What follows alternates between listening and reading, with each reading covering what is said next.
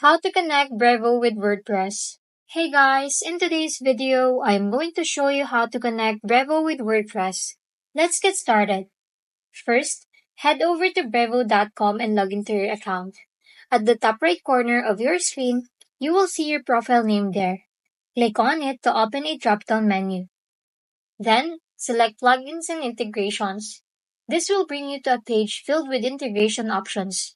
Scroll through until you find the WordPress plugin by Brevo. This plugin is specifically designed to make connecting Brevo with your WordPress site easy and efficient. Click on it, then hit download to save the plugin file to your computer. Now, go to your WordPress dashboard and log into your account. On the left-hand menu, click on Plugins, then in the top right corner, click Upload button, and it will prompt you to download a file from your computer. Choose the Brevo plugin file you just downloaded.